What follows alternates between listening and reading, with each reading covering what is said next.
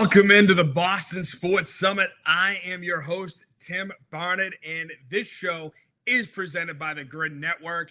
Welcome in. It has been a fun couple of days, and guess what? It's almost football season. That's right. We start week 1 on Sunday, so we'll be talking a little bit of a preview of Patriots, Raiders, kind of going off what happened last year, what to expect this year, and hopefully things are going to get off on a much better note. Granted, we did win 1 week. We did win week 1 last year, but after that, it was just an absolute nosedive. So we're going to talk a little Patriots. We're going to also cover what happened to Bill Belichick on Monday night and kind of the fiasco that was North Carolina and versus TCU. So we'll talk about that. But first, we have to discuss what has been going on with the Boston Red Sox. You know, this team has just been on highs and lows left and right. They're winning a lot. They're losing a couple of games they really shouldn't lose. And when you look back what happened in the month of August, you had a good stretch of wins right after the All-Star, or right after the trade deadline. Then you ran into San Diego on the road in Houston. Not great, but you were able to at least sneak out 2 wins.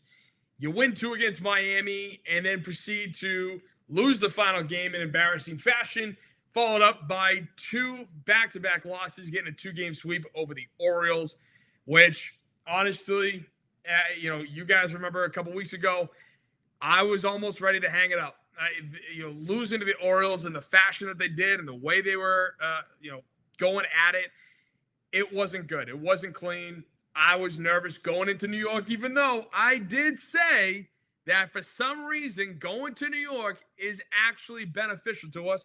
And sure enough, it was, because we took 3 out of 4. Technically, you could call it a 3-game sweep, but we took 3 out of 4 in New York from the Yanks, and then we swept the O's, going 7-1 on that roadstead, only to follow it up with what happened on Friday night.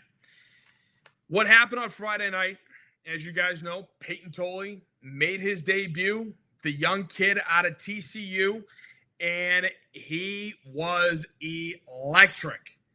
Going up against Paul Skeens was absolutely something to behold. It was really a showdown we were hoping for, but not expecting. And if you were expecting Payton Tolle to go out and do what he did, I think you're kidding to yourself. And granted, Pittsburgh is not a great organization. They're not a great team, especially when it comes to their offense.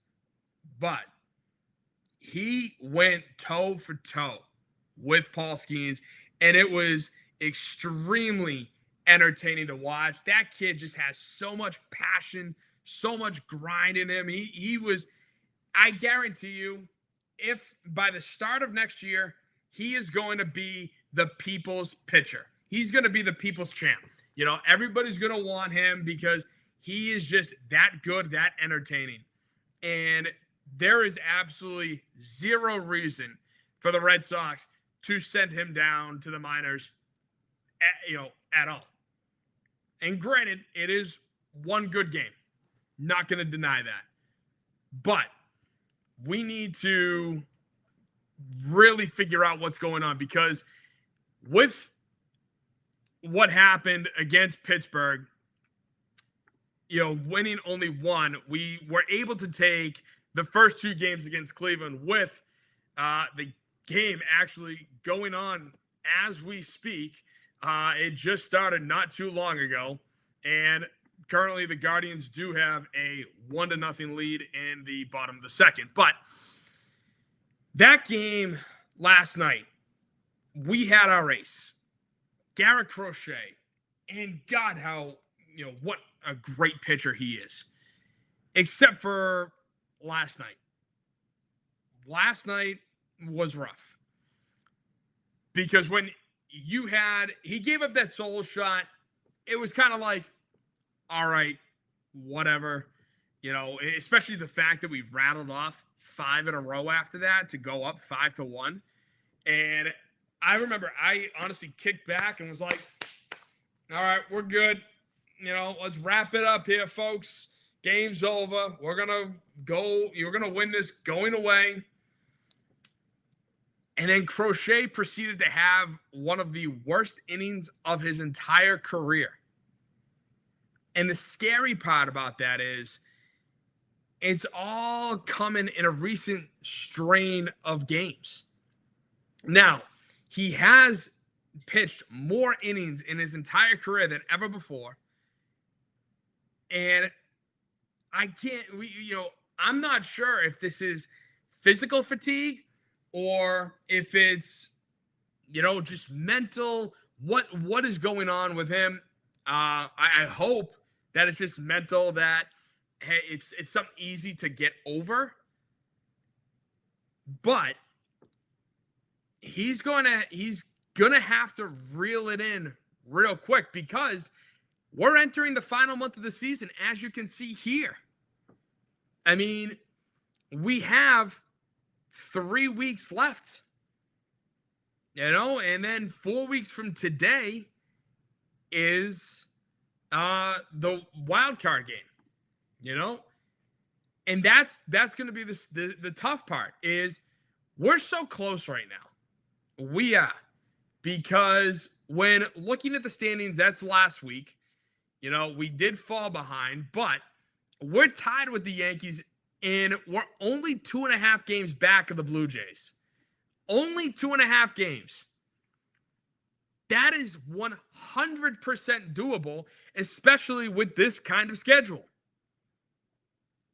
If we can somehow sneak out a win tonight with our bullpen unit basically pitching this entire game, we're going to Arizona. We're going to be going to the Athletics.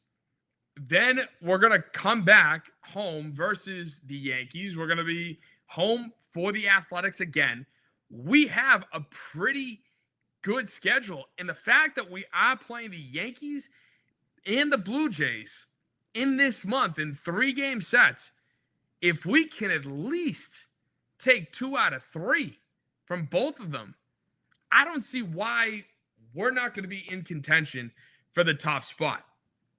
And that's the thing where I'm excited for. We're finally entering a September where you could argue we're more excited about the Red Sox right now than the Patriots, which is kind of a crazy thing to say. I understand, because we're all excited about the Patriots. We're all excited about football, week 1 coming up on Sunday. But at the same time, we're playing for a berth in October. We're playing for this right now. The hunt for October. We're there. And we haven't felt this way in a long time. And it's exciting. This is what going out, getting top-tier players can do for an organization. And speaking of getting top-tier players, the reason why we're in this situation that we're in is 100% due to our pitching dominance. And that is absolutely been huge for us, because since June 10th, and this is include Garrett Crochet's game from last night, it does. Since June 10th, Crochet has a 2.99 ERA, and before last night, it was sub 250. So there's that. But then Brian Bayo also has a 2.58 ERA. Lucas Giolito's got a 2.26 ERA, with Garrett Whitlock having a 1.74 and Aroldis Chapman having a 0.34 ERA. And he hasn't given up a hit in something like 30-something innings or something crazy like that. Aroldis Chapman has been on a different level. And it's been exhilarating to watch. It's really fun to watch. And when looking at those, you're very well in the hunt to be winning every time both of those guys, all 3 of those starting pitches, Crochet, Bayo, and Giolito, when they start, you can almost pencil in wins, or pen. You can write in pen that they're going to be a win. And then if you have the lead and you got Whitlock followed by Chapman in the 8th and 9th, it's a done deal. It's a done deal. Shoppy that bastard in there, right? Like, W, baby. You know, especially when Whitlock and Chapman go back-to-back. That's how good this team has been at the front end and the back end. And speaking of just how good our front end has been, Bello and Giolito have absolutely taken it up to another level. They have. You know, Bello had an interesting game the other night, but he didn't lose control, which he typically does. He's, you know, when things start to go the wrong way for Brian Bello, it doesn't necessarily work. He spirals. But this season in particular, he has been a legit number 2 with Giolito not far behind. You basically right now have 2 number 2 starters behind Crochet. And when looking at the numbers, since the All-Star break, you got Bello and Giolito both starting 9 games. In those 9 games, Bello's got a record of 5-3. Giolito's got a record of 4-1. Innings pitched right around the same, with Bello getting 55, Giolito with 53. Bello has given up 47 hits to Giolito's 43. Each have earned, Bello has earned 18 runs. Giolito's earned 20. Bello's given up 5 home runs to Giolito's 8. Bello's got 42 strikeouts to Giolito's 41. And then Bello's got a 2.95 ERA to Giolito's 3.40. Now, 3.40 is slightly high, but I'm not worried, especially with how Giolito has pitched recently. You know, the last few games he's been out there, he's been absolutely dominant. And that's what I want to see, especially for my number 2 and number 3 guy. Because we all know Crochet, what he can be. Has he run into an issue recently? Yes, he has. Hopefully, he can get some rest and we can resolve that whole thing, because at the end of the day, we need all 3 of these guys in October. This is a crucial month. We're right there to go for it and get the number 1 seed in the American League East. And depending on how things go with the Tigers, who knows? We could be number 1 overall. Either way, with how everything looks in the standings, especially when you look out to the AL West, we're going to be, if we can win this division, if we can jump the Yankees and the Blue Jays, which is not that far off, if we can jump them for the number 1 spot, we'll at least earn the number 2 bye. You know, the Tigers right now, they're number 1. I think we're only about 4.5 games out. But the AL West, they're not fighting for that. Because right now, the Astros and the Mariners, when you look at the wild card, are back and forth. It's literally the Astros this week, the Mariners the next. Back and forth. So this week, it's the Mariners. But you know, that was last week's, and now this is the updated one. We have a 4.5 game lead on the Mariners. You know, that's how it looks right now. It's right there in the making, right? 4.5 game lead. We're in the hunt. Why not go for it? And that doesn't mean to push Crochet to his max in order to get it done in September. Because, again, at the end of the day, you and I both know this is all about October. This is all about playoff performances and making your name right there. That's what I want to see from this team. Now, outside of a major injury, which we're going to talk about in a little bit, I think you know exactly who I'm talking about. There is another aspect of this team that is not necessarily complete. And that is our middle relief, otherwise known as the Bullpen of Suck. Now, could you argue that I've taken some of these stats and made them, in the time frame that I wanted to? You can. But Jordan Hicks' ERA since August 2nd is 6.38. If I did his entire tenure with the Red Sox, that ERA is higher. Justin Slayton just missed the entire months of June, July, and most of August with a right shoulder nerve issue. And in his 2 games since his return, has a 4.50 ERA. Greg Weissert, who absolutely ruined Payton Tolle's debut. And Payton Tolle has 2 earned runs to his name, which should have never happened.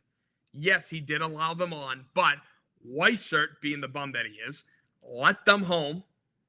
So now Payton Tolle, instead of going 6 shutout innings or 5 1/3 shutout innings, is now credited with 2 earned runs. Shouldn't have happened. But Greg Weissert, on the other hand, has a 4.15 ERA since August 10th. And then Dustin May, who had that great game against Houston when we absolutely needed it, since his debut in Boston, which was August 6th, he's got a 5.68 ERA and has been sent back into the bullpen. So we can't get that middle relief. It's almost like our starters need to go 6 innings, if not 7, to then throw it on the shoulders of Whitlock and Chapman, who have been just locked down ever since this season has kicked off. It's been great to watch, as you saw by the stats that I showed you earlier about how our bullpen, or our pitching dominance since June 10th. Okay? And we need to figure out who can be that 6th and 7th inning guy. As I've stated to you before, I cannot stand Jordan Hicks. I can't stand his arrogance. I can't stand his contempt, thinking that, it's everybody else's fault instead of his, because at the end of the day, you might not like the call you're getting from your catcher, but you're still the one throwing the effing baseball, kid. You can still put that ball wherever you want. Oh, wait, that's right. You're Jordan Hicks. You can throw 100 miles an hour, just what the nerds love, but you can't pinpoint where the hell it's going. So, he's useless. He should be DFA. Kyle Harrison, the kid in the minors right now, the other piece that we got from that infamous Rafael Devers trade, as you can see here. He was supposed to be called up for today's game, but now has a left ankle injury, and he's going to be on the shelf for a little bit, so he's useless. James Tibbs we got for Dustin May, so there's that. May hasn't been great either. And then Weissert, he hasn't been great as of late, but he's had a pretty steady outing this entire season. And so we need to figure out who's going to be that lockdown guy in the middle innings to at least keep us in the game. Because if, God forbid, something were to happen where, okay, let's say we jump out to, a 5-run lead, just like last night. And all of a sudden things start to heat up a little bit where it's either a 5-4 game or a 7-5 game like it was, and we pull our starting pitcher out. If we send in Jordan Hicks, it's almost guaranteed that he's going to give up at least one extra run, which then can affect how we're going to continue to play. Because yesterday, we were down 7-5 after Crochet, kind of shit the bed. And then all of a sudden, if whoever our relief pitcher came in, if he gave up an extra run on top of that, and granted, Crochet did get out of the inning. I will say that. Crochet got out of the inning. So the very next half inning, Ceddanne Rafaela hit a 2-run homer to tie it up. And bam, we were back in this game, which was great. Electric stuff. But if we pulled Crochet early and we sent Jordan Hickson, he gave up one more run. It's going to affect. Okay, Rafaela hit a 2-run homer. Great. You're still down 1. You still need one more run to tie the game. And luckily, in the 8th inning, we just exploded. 2 RBI single for Alex Bregman. Jaron Duran hit a rope out into right field. And Trevor Story came through with a clutch double. You know, it gave us a 4-run cushion. We didn't have to bring Chapman in. It was electric. But it's the middle relief that is the issue. You know, making sure those guys can lock it down when we need to. And the beauty of last night was we played at home. You know, playing at home has been an unbelievable factor for us this season. You know, when you look at our home field advantage, in 2021, we were 49-32, and obviously we went on a hot streak, brought us to the ALCS, all because we had that wild card game at home.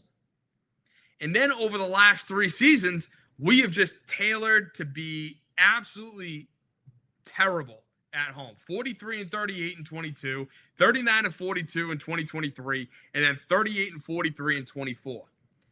As of last night's victory, we are 44-27, which 44-27 is a very good record to have when you're home. It is 9th best compared to the rest of Major League Baseball, but that's the exciting factor about playing at Fenway Park. And from the looks of things, thank you to our frequent commenter, not Doug, 7-0 Cleveland. And yep, why? And it's the top of the freaking second. Top of the second right now, and it's 7-0. That's atrocious. So it looks like we're about to be 44-28 as of tonight's game. But just to get back to it, having the home field advantage actually means something. And again, you know as much as I do, being at home at Fenway Park in late September, early October, playing through the month of October, there's something different in the air of Fenway Park versus any other ballpark. I would bet my life on it. You know, that is how important it is to, okay, it would be great to be the number 1 seed in the American League East. But we need to at least have that number 1 wild card spot. We got, like I said, we got 3 games coming up against the Yanks in a couple of weeks. So it's very well doable. And just to look at the FanGraph projection for playoff odds, it's almost a certainty now that we're going to make the playoffs at a 98.2% clip. The clinching the wild card is 86%. A bye is 11.2%. Winning the division is 12%. Making the World Series is almost 11%, with World Series champs being at 4.7%. We're right there, guys. We got this. We can do this. And my next, the next thought is this, are the Red Sox finally complete? Because with this completeness, they have only committed 10 errors in the last 24 games before tonight. Only 10. They still are up there in terms of leading the major leagues in errors committed, but they've become a lot more defensively sound than we've seen all season. Again, I ripped them to shreds back in May and June for committing so many effing errors almost on a consistent basis, almost every night. But now with the addition of Nathaniel Lowe at first and having our guys play where they should play, Duran in left, Raphael in center, Roman in right, Trevor Story at short, Bregman at third, second base, a little bit of a mix, but we kind of seem to have everything under control there. This is what we need. This is exactly what we need. And speaking of the from the defense perspective, and Nathaniel Lowe's addition, Roman Anthony's addition, I mean, this team is just different offensively. I mean, when you look at Nathaniel Lowe's stats in the last 12 games, basically since Nathaniel Lowe arrived in Boston, because that's it. He's played 12 games here. He's got a .333 batting average, a .390 on-base percentage, a .583 slugging percentage, .974 OPS, 12 hits, and 2 homers.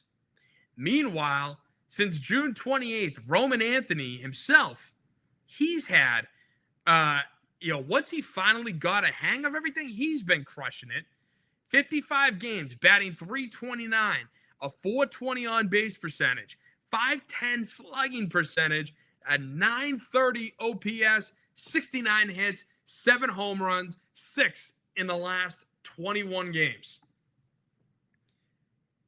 It has been so fun to watch and see these guys that you could say that this team is right there. They're complete. Do they have some flaws? Of course they do. What team's not going to have flaws? But now the biggest flaw that they have is not what I've talked about so far. It's not their bullpen. It's the fact that Roman Anthony himself is injured. And this was an absolute heartbreak last night. Like, we did come back. We did win. It was fun. It was entertaining. And Nate Eaton came through with a couple clutch hits, having pinch hit, going 2 for 2 last night. But the fact that Roman Anthony has now confirmed to have an oblique strain, and according to Alex Cora, is out for the next 4 to 6 weeks. When you look at that compared to our schedule, 4 to 6 weeks, if you want to go from today, we got next week, 2 weeks, 3 weeks. October 1st is 4 weeks out. And October 1st is when they're going to start playing the wild card games. That's not good.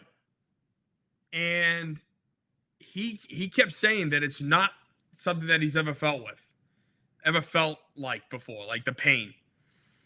And he felt it on the check swing right before he struck out. And Alex Bregman last night was kind of sounding like it was defeatist. Like it was done. It was over. Anthony's done for the season. And yes, 4 to 6 weeks means he is done for the regular season and quite possibly the first half of the playoffs, for that matter. Now, is he going to try to make a comeback? We'll just have to wait and see. Allegedly, it's a grade 2 oblique strain. And it's never good because that is where you get your momentum, where you get your torque. If it was your hand, the hand also wouldn't be good. But if it was your arm, if it was your leg, okay, maybe we could talk about, trying to play as a DH or something like that. But to have this, of all places, being it right at your midsection, your oblique, right on the side here, that's how he swings. That's where he generates all his power. And as I just showed you here, he has been on an absolute tear, nearly batting .330 with a .420 OBP, a 510 slugging, and a 930 OPS. I mean, this is exactly what you want, from Roman Anthony. And that's the thing that sucks, is that here's this kid who, in the wake of the Devers deal, has basically stepped up after he kind of got his bearings in the majors. He's finally stepped up and has been the kid that we all expected him to be. The tough part is we don't have a bat like his in the lineup. Yeah, Nathaniel Lowe's been great. It's been so much fun to watch with him in the key home runs that he's had and come up with. It's been a blast. But I can't help but go back to that Rafael Devers deal. I can't. Because everyone wants to say that, Rafael Devers, him getting dealt, changed the clubhouse. It's, that's why they went on this tear. They've been great, blah, blah, blah. And, okay, I'll give you some of that. But if that's the case, why has it been that not a single player ever said a bad word about Devers and being a teammate? It was all, the front office that was saying that type of stuff, that was leaking that information. So with Roman Anthony being injured, it almost makes me think that, could you imagine if they didn't trade Devers and get a couple of magic beans for Devers? Because had that not happened, Rafael Devers is still in this lineup, and whatever you want to say about him as a person, the dude performs in the playoffs. He has a World Series ring. He was one of the biggest hitters in 2021. Can you imagine the lineup that we could have had all season, having Roman Anthony called up along with Rafael Devers? I mean, that's the thing that bothers me. And this is what I've been saying since the minute they traded him, was, all right, Rafael Devers pissed off John Henry. He pissed off Craig Breslow. He seemingly wasn't on Alex Cora's good side anymore. Alex Cora stopped defending him. Those were the reports that were coming out. But it had nothing to do with his teammates, his situation. And not a single teammate ever said boo about him after he left. A lot of guys have. A lot of guys have spoken up in the past when bad teammates left and been like, yeah, man, he was a real cancer to the clubhouse. He was a real toxic presence. No one really liked him. He was just going off doing his own thing. No one really said that about Devers. And so my issue is, and plus, don't forget, when they traded him on Father's Day, they were on a wicked hot streak. They just swept New York at home. And Devers loves playing the Yankees. He feasts on the Yankee pitches. Every time he sees a Yankee pitcher, he sees a massive Thanksgiving Day turkey because he knows he's going to feast. Right? And now we don't have him anymore. Now we're paying the price for that. Which kind of sucks, especially having this kid get injured. I mean, listen, I want us to still commit and play for the division title. I still want us to. And if you should too, because we need to have October baseball here in Boston. We do. There's no reason for that not to be the case. It's just going to be a much tougher road. And I've heard people say that, hey, maybe we shouldn't commit anymore. Maybe we should take our foot off the gas, to which, because, we're not going to make a deep run anymore. That's what kills me. I don't know if it's this generation or how Red Sox ownership has just beaten down its fans into submission, thinking that, it's win it all or don't even try. I don't know which is which or who's to blame on that. But I can tell you this. Do I want to win it all every year? You're damn right I do. Do I want to push my chips in and try to put this team in the best position possible to win? You're damn right I do. Are we going to win every year? No, we're not. That's okay. It's okay. By putting your chips in, and you know what? Hey, you didn't win this year.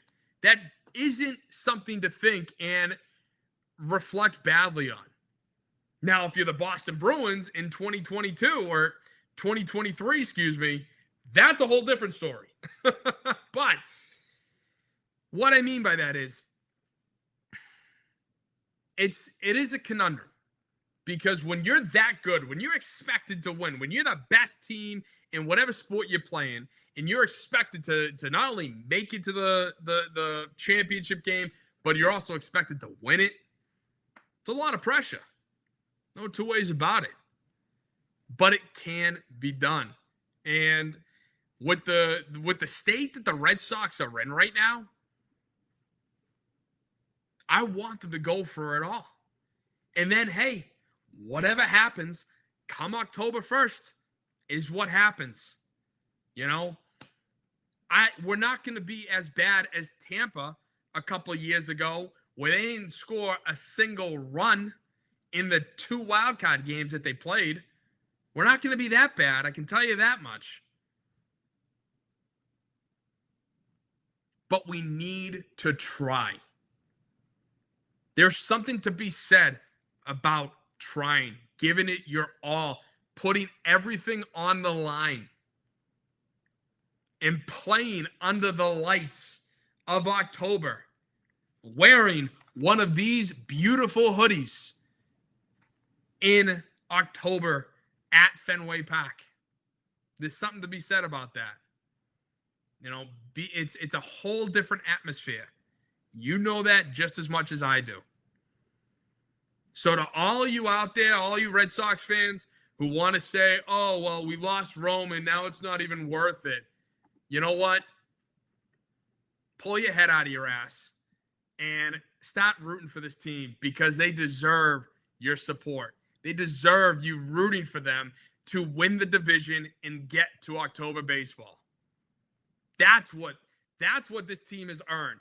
The front office and the ownership, they don't deserve that praise. But this team, the players, the manager, they deserve that from you.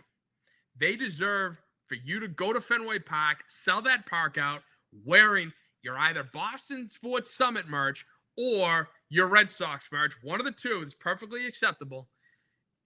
And cheering this team on, making sure that there are 0 opposing fans in Fenway Park. And if there are, they get booed. Don't be the a-holes that get into fights or anything with that. Just boo them. It's acceptable, because they're in opponent territory. So this team absolutely deserves to go all the way, and for us to just keep cheering them on. And hopefully we can pull it out. We can win the division, or at worst, we can win the wild card. So it's going to be entertaining. But going from the summer to the fall, we got week 1 right here, ready to go. The New England Patriots are back, baby. And we have the first game going against the Raiders on Sunday. The Raiders. It's going to be a fun one. But it's not going to be as easy as I think we're all expecting, or I should say hoping. With this game, we need to see some certain things. And One of them has to be the quarterback play. Drake May has to show up and show out, for me at least, to be comfortable with him moving forward. That's going to be the interesting thing and something that I'm going to be paying a lot of attention to. Now, in terms of the injury report, for all intents and purposes, it looks like Christian Gonzalez is not going to play this Sunday. He hasn't practiced a single day since they threw on pads back in late July. It's been 5 weeks since that guy's threw on shoulder pads. And he hasn't been practicing because of his hamstring. Now, I understand. I get it. You need to, it's a hamstring. It's a soft tissue injury, which those are very finicky at times. The 1 minute you're feeling great. You start to jog. You start to move. Next thing you know, I got to calm down again. I got to pull up here. I got to sit down, and just relax. So, of course, we want Christian Gonzalez to be at 100% health before any of this starts. No two ways about it. But at the same time, it's also been 5 weeks. And everybody's been saying that,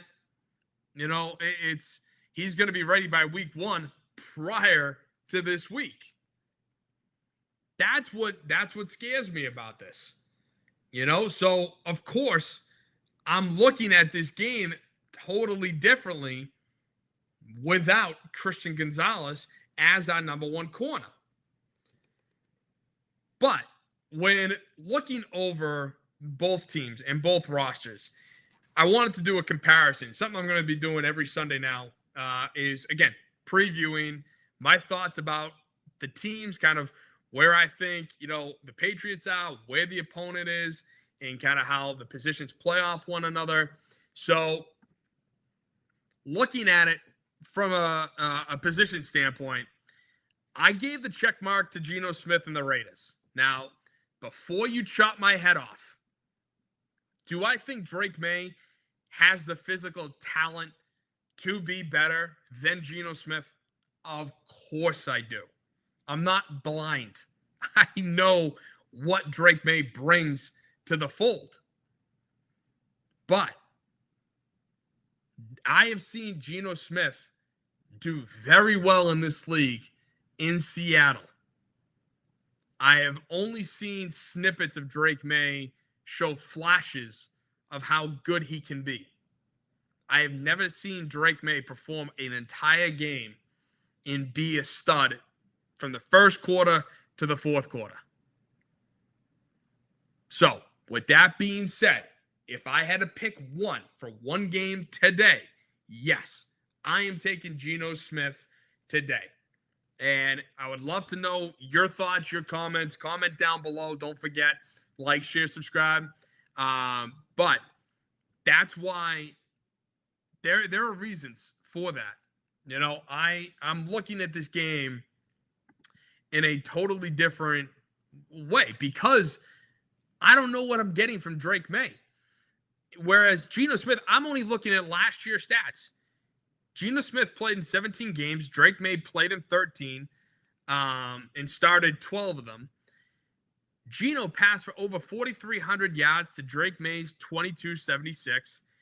Geno has a 70.4 completion percentage to Drake May's 67%.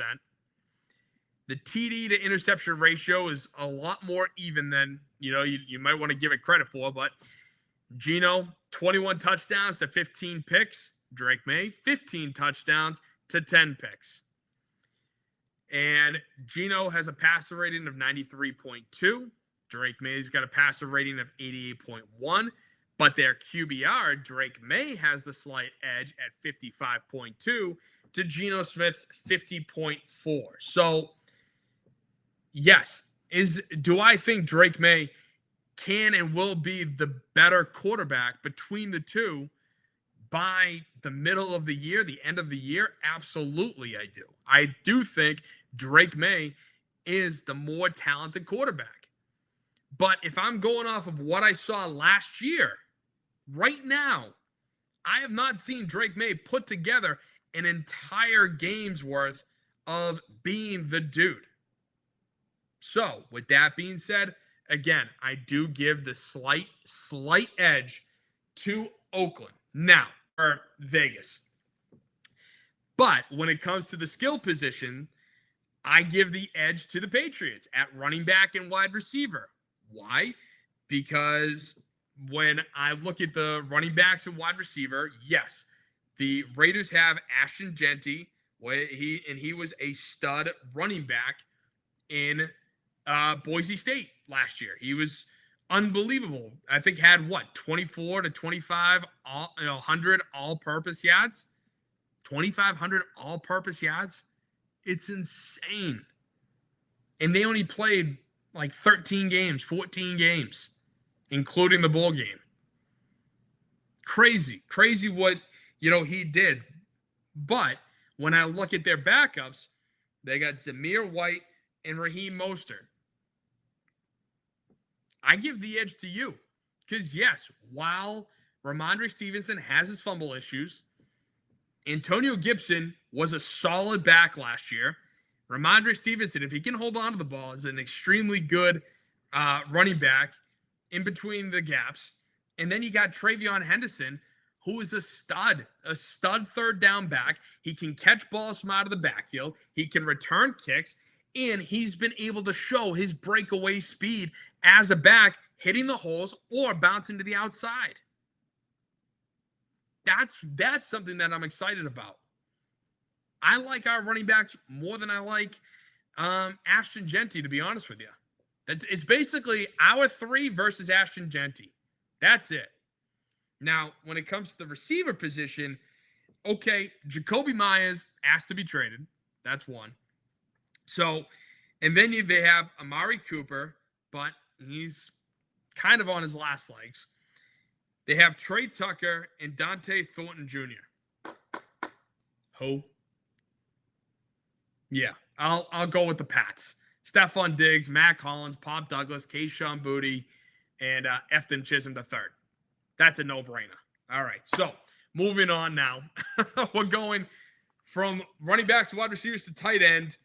And yeah, I give the edge to the Raiders. I give the edge to the Raiders there. Brock Bowers is just absolutely next level what that guy can do. And you can't scoff at Michael Mayer as a number 2 tight end. You just can't. Guy can block. Guy can go out into the pass, go up the seam, make a catch.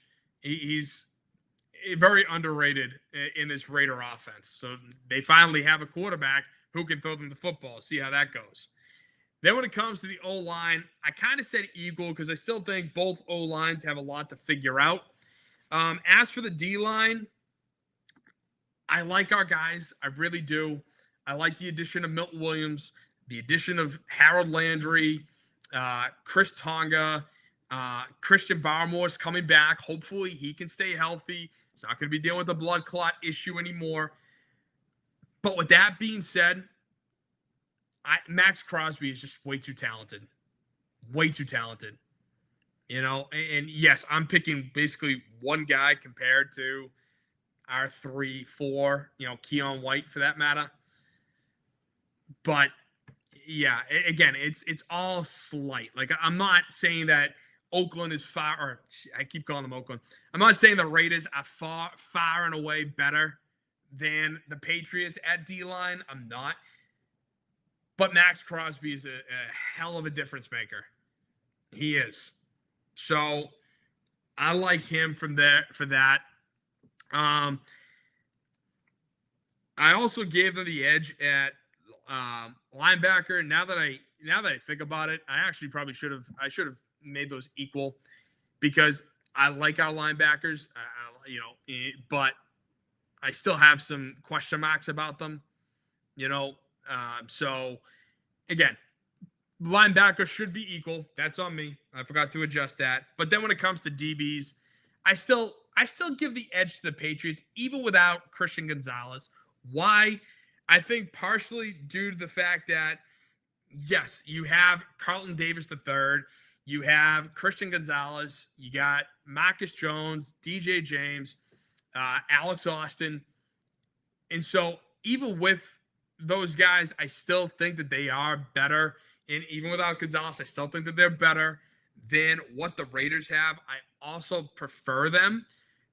If I'm going on a matchup basis, I still prefer our DBs to their DBs. Going against them going against our wide receivers and our DBs going against their wide receivers. If I looked at it that way, I still prefer us. If I looked at it straight up as a whole, I like us. Now, if I was looking at them straight up, just comparing the talent, all that, I think I like us on a slight edge. But if I'm looking at us, our DBs versus their receivers, their DBs versus our receivers, I like our DBs hell of a lot more. So the only question is, how can we stop Brock Bowers? That's it. Jacoby Myers is good.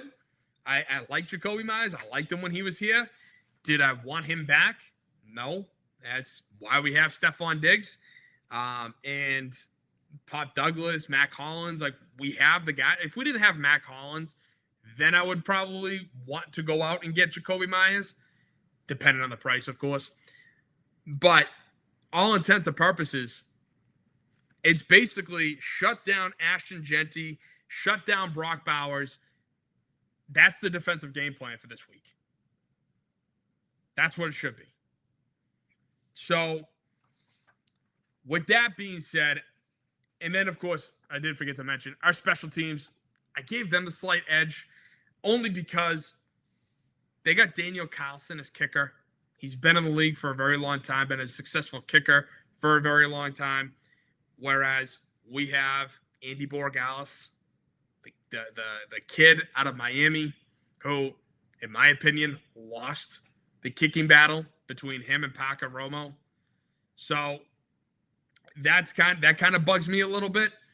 Otherwise, maybe if we had Paca Romo, I'd give us the edge on special teams. So otherwise, that's a tough bet. That's where, I did give the slight edge to the Vegas Raiders in most of the categories. And again, I'm not picking the Raiders out of, out of spite or because I think the Pats suck or anything of that nature. No, I'm just looking at it straight up. I'm trying to give you my honest opinion and why I like these guys. And like I said, honestly, it's not by much. It's by like that much, Again, Max Crosby has way too much talent compared to our D-line. Geno Smith has done more in this league and has been very successful in this league. While Drake May has shown flashes, I haven't seen it in an entire game start to finish yet. And I hope he shows up. I have all the faith in the world that Drake May will show up on Sunday and he can do it. The only tough part is it's kind of not where I went. I did kind of pick the Vegas Raiders to squeak out the victory on Sunday, 24-21. And let me know your thoughts down below. What do you think the score is going to be? What are your predictions coming up for this Sunday's game, week 1, at home versus the Raiders? I think it's going to be a very good game. I don't think it's going to be a blowout by any stretch of the imagination. And I think it's going to come down to the final possession. Whoever gets the ball last is going to determine their fate. I think that's how it's going to go. I wouldn't be surprised if defense is very heavy in this game, just because, both the offenses are still trying to figure everything out. The players are still trying to get, comfortable with their quarterbacks, trying to understand each offensive system. Now, I do think Geno Smith does have the edge because he's played under Pete Carroll before, whereas Drake May has never worked with Josh McDaniels up until this summer. Otherwise, yes, I am leaning with the Raiders. So, sorry. That's where I'm going. Now, the other bit of news when it comes to, the Patriots, and it can't be overstated. It can't be overlooked. Bill Belichick, the breakdown at UNC, and just how atrocious that game was for the Tar Heels and Belichick's first game as a head coach of UNC.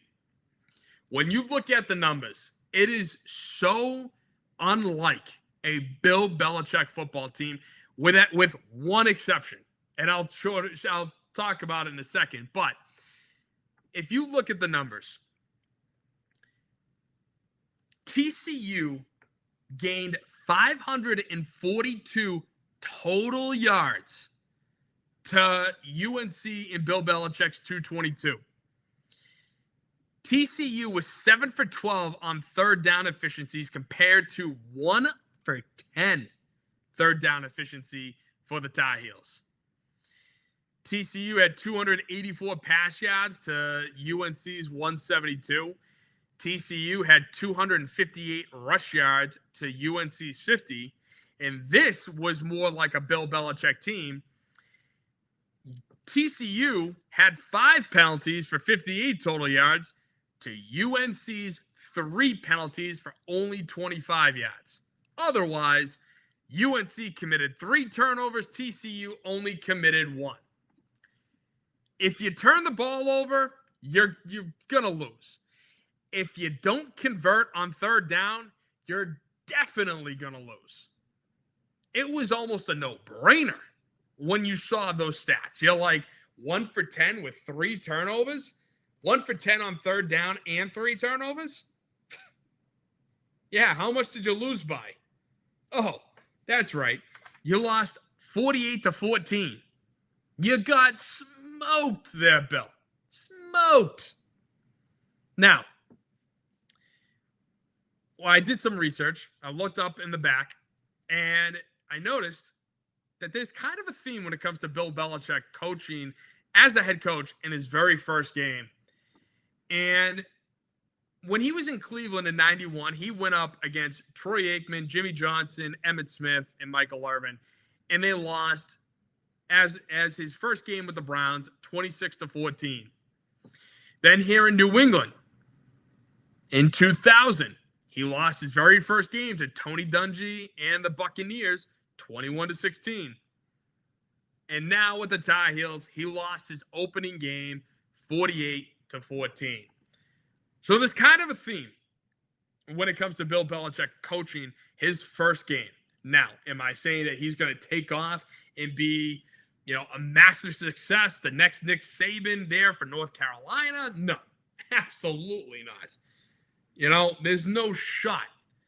But I'm also, do I think there are things that he needs to figure out? Of course. Do I believe he can figure it out? Absolutely. I mean, I tweeted out during halftime. I'm like, there's no better coach to make halftime adjustments than Bill Belichick. And then in the ensuing drive by TCU, they got a very easy touchdown. So it was like, well, so much for that. Looks like Belichick has lost his fastball. And the thing is, am I rooting for Bill or am I upset and am I rooting for his absolute downfall? No. I'm neither. I'm just entertained by the story that comes with him. Now, does that mean it's going to be that I want this massive distraction? Like I want Jordan Hudson all over the place to make Bill look like this villain? No, I don't want that either because I'm kind of sick of her. Everybody was trying to make, the fact that she was on the field talking to Bill, like, oh my God, she's talking to him during the game. She can't do that. How could Bill do that? If you watch that video that circulated, it was during pregame warmups. It was perfectly legitimate for her to talk to Bill. Do I like it? No. But It wasn't during the middle of the game. Belichick didn't take off a couple of plays to go talk to his girlfriend. No, that's not what happened. It was during, the pregame warm-ups. So to me, it wasn't a big deal. Everyone tried to make it a big deal, but overall it really wasn't. And so I'm not mad. I mean, here's the thing. I understand why people are rooting for him to fail. I do.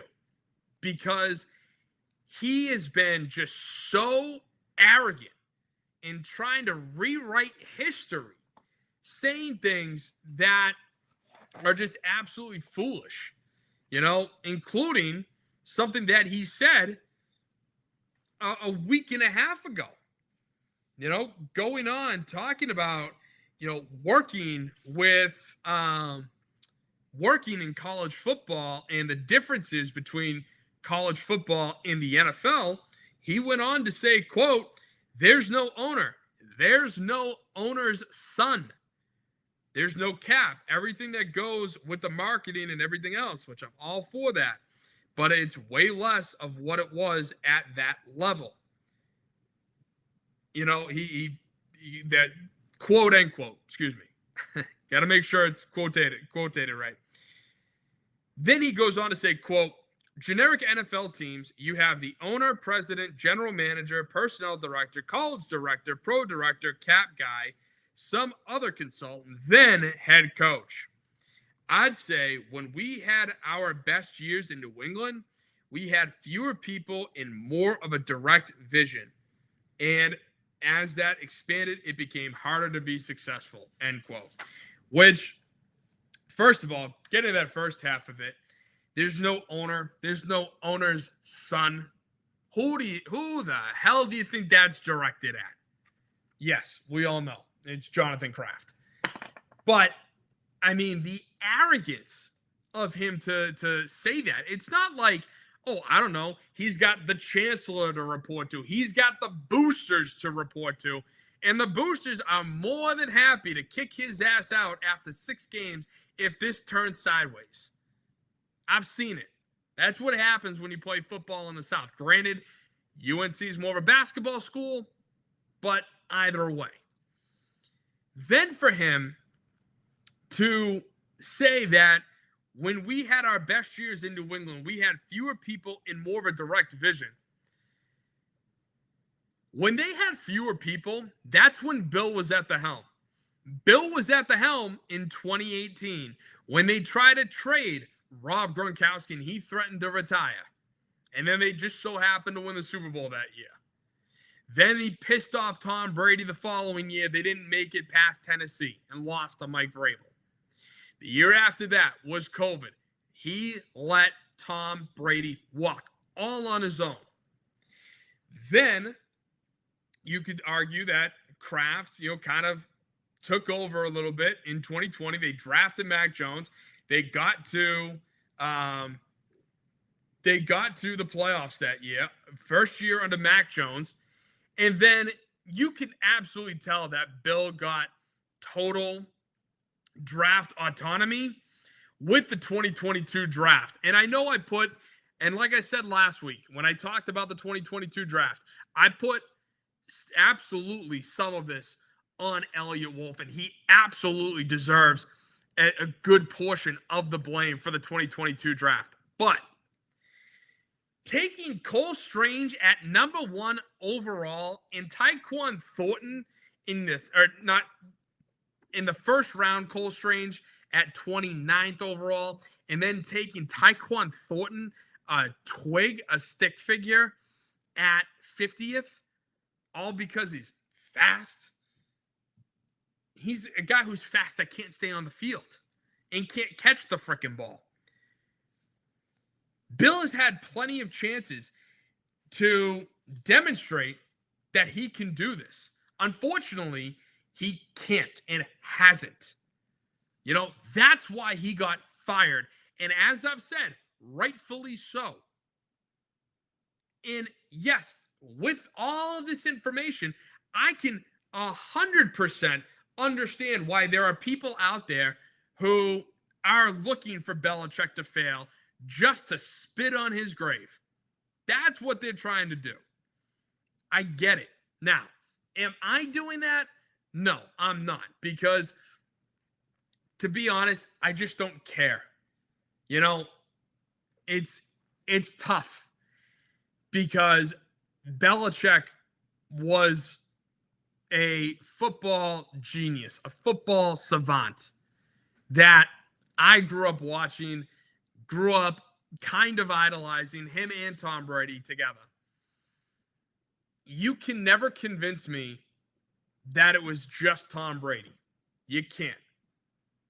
Just like you'll never be able to convince me that it was just Bill Belichick. I know a lot of people are going to be like, whoa, Tom Brady won a Super Bowl. He went elsewhere and won a Super Bowl. And I agree. He did. Of course he did. I was cheering for him. I was rooting for the Buccaneers to win it all, especially beating Patrick Mahomes. It was a 2-for-1, 2 birds, 1 stone. Loved it. But that doesn't mean that I'm giving all the credit to Tom Brady. Just like I will never give all the credit to Bill Belichick. When you're looking at dynasties all across NFL history, guess what? They had a head coach and a quarterback. It was that simple.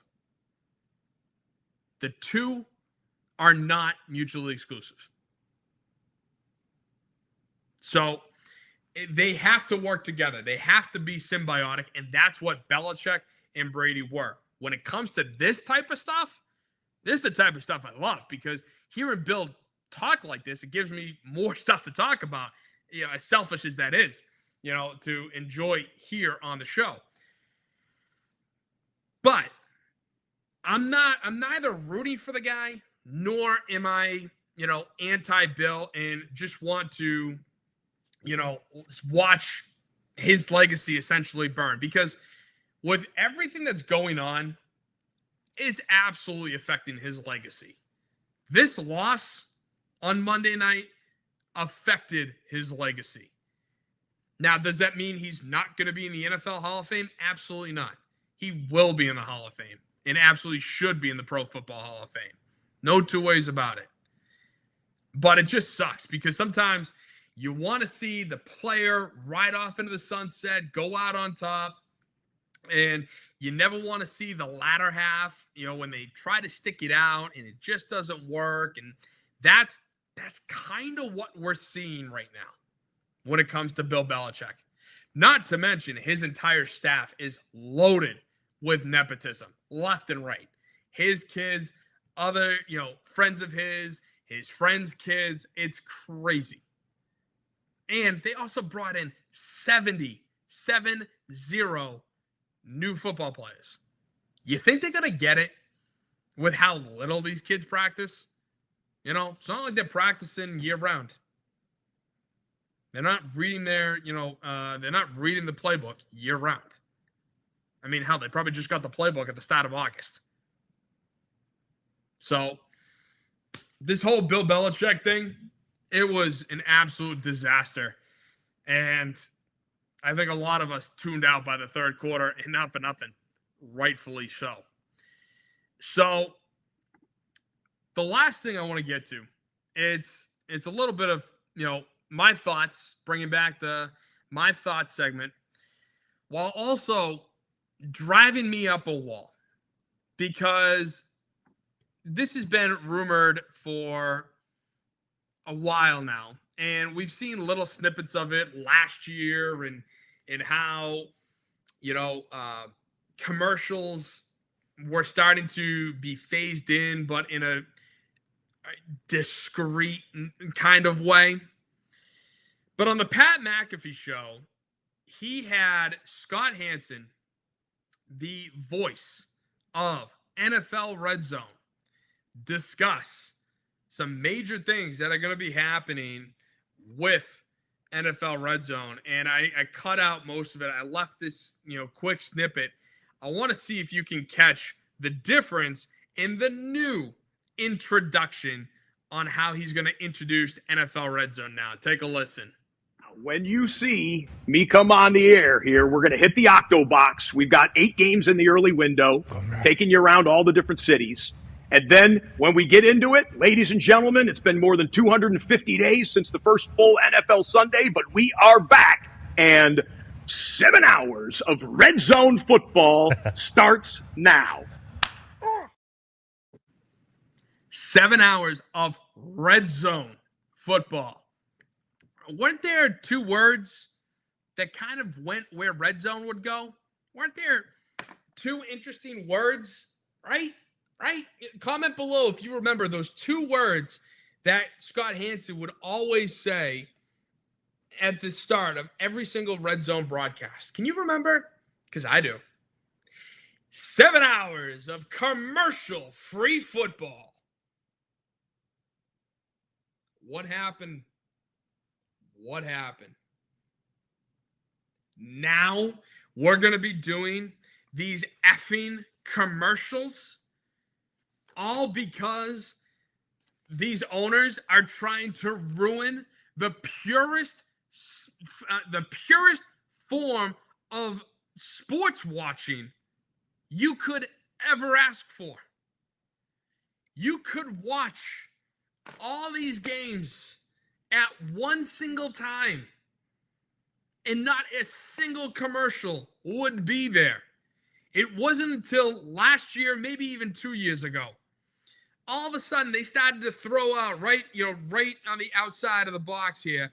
They'd throw, like a simple ad here, but it wouldn't be audio. It would just be an image, which, okay, yeah, kind of upset us. But we're like, hey, at the end of the day, it's not like they're playing, the BK ad. Whopper, Whopper, Whopper. Like that BS song that we all hate. Now I just pissed you all off because it's stuck in your head, I bet. But, NFL Red Zone was so pure. It was so innocent. And now that the NFL and these owners, and not for nothing, this expands beyond the NFL. But these owners, these commissioners, they're all about greed. And again, I've stated this before, I'll state it again. I am a capitalist. I am not a communist, socialist, none of that crap. But there are some things where it's like, can you just give us the purity of this? Do you have to go so far as to squeeze a buck out of every single pocket? You can't just give us this one effing thing. You've already priced us out of all these effing games. You priced out a simple family of 4 by making it $1,200 just to enjoy a sporting event in the effing nosebleeds. Why? Why are you doing this? NFL, ESPN, and it's all this new deal with ESPN. That's exactly what it is. Because ESPN hates you. It hates you. As gone on by their entire, ever since the end of SportsCenter and the rise of talk sports, the whole, it's all about opinion driven and getting into these arguments. People care more about that than they do just watching sports highlights. Again, the purest form of sports in recent memory that I can remember. And by the way, if you have a recent, if you remember a time where there was something about a sporting event or something sports related that was so pure and then got driven out and ruined by greed or anything of that nature, comment down below. The 2 that I can come off the top of my head with is college football before the transfer portal and NIL. Before the transfer portal and NIL, the players who played for those schools bled those colors. Tim Tebow bleeds orange and blue. Those guys bleed their school colors. Now, if you're not the starting quarterback or the starting running back or any starting position and you're somewhat highly rated player, you can just hop in the transfer portal and see who wants to pay you more to be their starter. versus gutting it out, fighting for your right to be the starting quarterback, position player, whatever it is. Now everybody's just like, oh, I'm not getting my way, so peace, I'm out of here. Hey, the school down the street is going to be paying me all this money. Can you do that? No? All right, I'm going to them. See ya. College football before the transfer portal and NIL, and as I kind of mentioned earlier, Sports Center before the Stephen A's, before the Skip Baylesses. When it was Stuart Scott, Scott Van Pelt, Chris Berman, Sports Center was so pure in the 90s and the early 2000s. It was so perfect. We were there for the sports highlights. The Stuart Scott Van Pelt made us feel, excited to watch these. And we would watch the hour-long broadcast multiple times a day. We saw it in the morning. We'll see it again in the afternoon because we wanted to see their spin on it. We saw the morning with Dan Patrick, and now the afternoon, we got Stuart Scott. All right? Dan Patrick did it this way. Stuart Scott is going to do it this way. Let's see kind of, okay, how's it going to happen? How's it going to break down? Sports Center was so innocent and pure because all it was sports highlights, which is what we want. That's all we want. Now, with this, NFL Redzone is essentially ruined. And no matter how they're going to spin it, no matter how they're going to say it, don't worry, we'll show you every touchdown. We'll show you all the major plays. We already had that. You'd be having the quad box, the octo box, the 3 box, whatever the hell you want to call it. We had all these games, and we would be seeing these plays live with 0 ads, 0 commercials. Now is the moment, not for nothing, we need to do something about this. This is absurd. And again, I don't mean burn the place down, none of that, crap. But I mean, this is just disgusting. It's sick. It's twisted. I feel like we're living in a modern time of when college football was born. College football, for those of you who don't know, was born, again, in the late 1800s. And it was beautiful. It was the students would all gather themselves. They would do everything. They would reach out to schools, and they would play games that way. It was students and students alone. No chancellors, no board members, no boosters, no nothing, no teachers, faculty, nothing. Then once the Big Ten figured out that, if we just form this committee, this group, we can control everything and we can earn a profit off that. That's how college football was formed. It started at the Big Ten level, but it started at the Big Ten. They formed their group. Then it expanded. Others formed their conferences. And then it became a for-profit, entity, basically. And the players got $0. And I'm not saying, and yes, they all got scholarships to go play, blah, blah, blah. I'm not getting into that argument. I'm just talking about that because this is kind of how I feel like it's going now. Yes, did the fans ever really have control?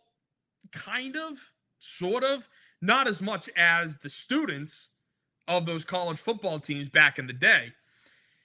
But the fans had a lot to say. The fans had a lot to do, and games were affordable. Again, there was a reason why, you hated going into certain buildings, in the 80s, in the 90s, in the 70s, because not only was the building constructed a certain way, but you knew what you were getting yourself into with the fans because anybody could go see these games. And you wouldn't be paying an arm and a leg to get in through the friggin' door. Now, with everything that's going on and the fact that these teams are being valued at billions and billions and billions of dollars, you're coming to a point where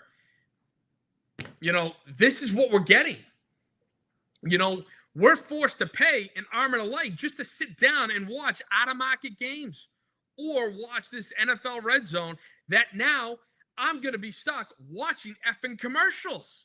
That's the whole point that I went to Red Zone when the Pats weren't even on. And when the Patriots went to commercial, I would flip on Red Zone for a few minutes. Because I could still watch football and not be bogged down with those effing stupid-ass commercials that, not for nothing, make me not want to buy your product. If your commercial is so effing annoying that you play it on repeat for months at a time, I refuse to go and buy your product. I don't care if I need it to live. I refuse because you are just so infuriating, those commercials. And now I got to suffer through it. I can't watch 7 hours of commercial-free football anymore. I have to suffer through these ads on top of possibly having to flip back and forth between, this streaming service and that streaming service. That's going to be the next downfall. That's what the NBA is doing, which is atrocious. I got to watch Peacock games. I got to subscribe to Peacock to watch those games, have NBC to watch those games. Like, this is absurd. We're getting to a point of absurdity where what good is it? What good is doing this outside of filling the owner's pockets with more money? Again, it wasn't too long ago where we all knew Roger Goodell's salary was, the last time I checked, $44 million. Then, of course, when everyone was talking about it, he hid that real quick. NFL doesn't post his salary anymore. And so what's he making now? $55, $60 million a year? Like I said at the start, I'm pro-capitalist. I'm all for going out, getting the money any way you can. But at some point, when is enough enough? And I'm also not the guy that tax the rich nonsense. You have to learn economics before you start talking about that. But again, at what point is enough enough? That's my major question. And this is absurd because I'm pretty sure I'm speaking for all the NFL Red Zone fans out there. This is un-American. This is atrocious.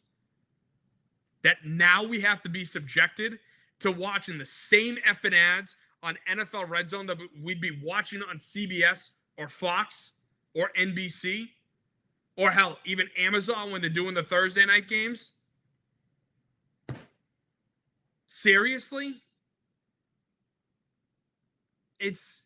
And then the worst part is too, you're giving the people who are, I'm pretty sure it's a minority, but even still, you're giving the people who hate NFL Red Zone even more ammunition to say, F off, I'm out of here. I didn't like it in the first place. Now I really don't like it. And I know a few people who don't like Red Zone. And that's fine. If you don't like it, fine. But at the same time, it's like, hey, I'm playing fantasy football. I want to watch some of the other out-of-market games, and I want to see all the touchdowns that happen. And you know what? The Patriots are on a bye, or it's a commercial, or they played at 1. It's 4:25 now. So I'm watching the afternoon games on Red Zone. Now I have to be subjected to commercials. And now I have to be subjected to the fact that I missed a great play at a 30, 40, 50 seconds to a minute after it already happened because I had to suffer through these commercials. This is the type of stuff that drives me up a wall. And this is the type of stuff where, you sit there and you just question, what are we doing? Why even bother? And to some degree, it feels like they got us by the throat and they're not letting go. And sometimes, you know what? It's as simple as turning off the TV and reading a book.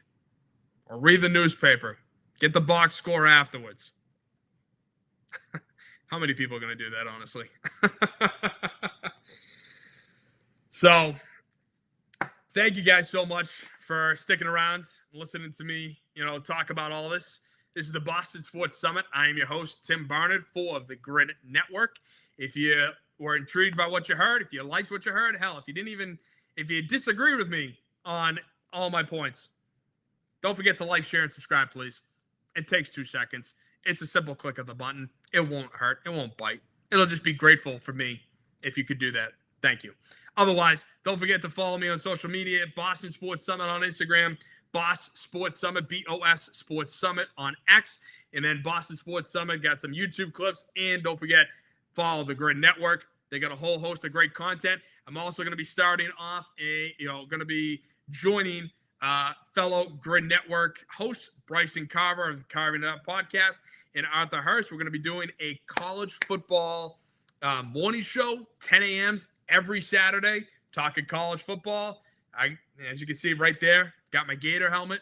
So we got Ohio State, Gators, and Volunteers. So it's going to be a fun one. Fun talking with them about some college football. Please tune into that, 10 a.m. every Saturday. Otherwise, I'm going to be here Wednesdays, 7 p.m., Boston Sports Summit. Thank you guys so much. And I want God bless every single one of you. Thank you. Have a great weekend.